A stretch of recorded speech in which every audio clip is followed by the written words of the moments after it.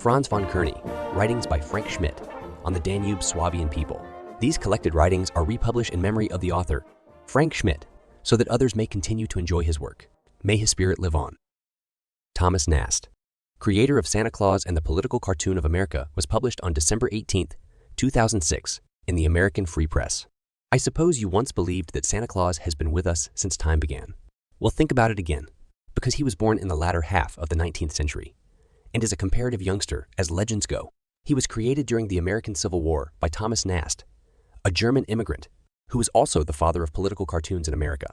Nast was born in 1840 in Landau, Germany.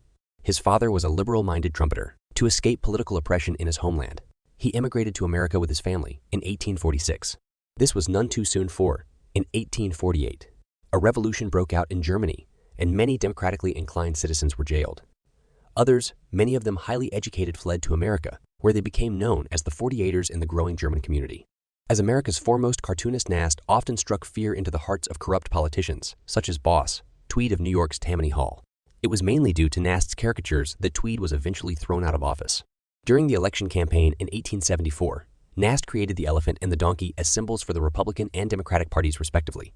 As a Republican, he took a subtle swipe at the Democrats by choosing a donkey to represent his party. This did not go unnoticed by German Americans, because the German word for donkey is Esel, which is also a synonym for dummy. Nast also popularized the caricatures of John Bull Uncle Sam, and something we see practically every day. At least some of us do. However, Nast is best remembered at Christmas time for the new image of Santa Claus he created. Where did he get the idea for Santa Claus? It most likely came from his German heritage. Though only 6 years old when he was brought to America, he probably remembered the old Nikolaus of his youth. A tall, tired old man who wore a green fur-trimmed coat and came on foot during the night at Christmas to bring gifts for good little boys and girls. Nast made Nikolaus a saint of sorts by calling him Santa, the Spanish designation for a female saint, and naming him Claus, the familiar short form for Nikolaus. He also made him short, fat, and jolly. Nast's Claus wore a short fur-trimmed red coat with a wide black belt and black boots, and he traveled by sleigh drawn by a span of reindeer. Many say Santa Claus is an Americanization of the German words for Saint Nikolaus. Many German-speaking immigrants live in America. The first illustration of the Santa Claus we know so well appeared in Harper's Magazine during the American Civil War in articles entitled Christmas Eve and Santa Claus in Camp. These drawings particularly appealed to Union soldiers who had to spend Christmas away from home. Nast's popularity grew in leaps and bounds, and in 1889, Harper's brought out a Christmas special entitled Thomas Nast's Drawings for Mankind.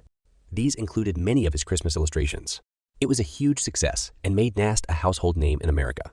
Nast's biting political cartoons were instrumental in getting former Union General Ulysses Grant elected President of the United States. Grant gave him credit for this when he wrote, "Two things helped me to win this election. Sheridan's helped me to win this election, Sheridan's sword and Nast's pen." Unfortunately, Nast's financial success was short-lived. Together with Grant, he established a publishing house which failed, leaving him and Grant practically penniless. Theodore Roosevelt, too, felt sorry for the impoverished Nast and made him a U.S. consul in Ecuador, the land of eternal spring. Nast died there in 1902 of yellow fever, for which there was no cure at the time. It was a sad end for a man who contributed so much to honesty in politics and brought joy to generations of Americans with his Santa Claus.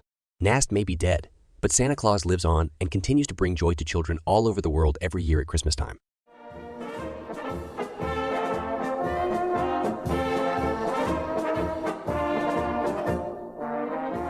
Thanks for joining us on this journey into the life and influence of Thomas Nast. Let's recap 3 key points. Firstly, did you know Santa Claus was created by Thomas Nast during the American Civil War? He gave us the Santa we know today. Thomas Nast, born in Germany in 1840, was an immigrant who played a pivotal role in American politics through his political cartoons. His impact was so significant that he even influenced elections, and he's the reason we have our modern Santa Claus. Now, we'd love to hear your thoughts on Thomas Nast's remarkable contributions.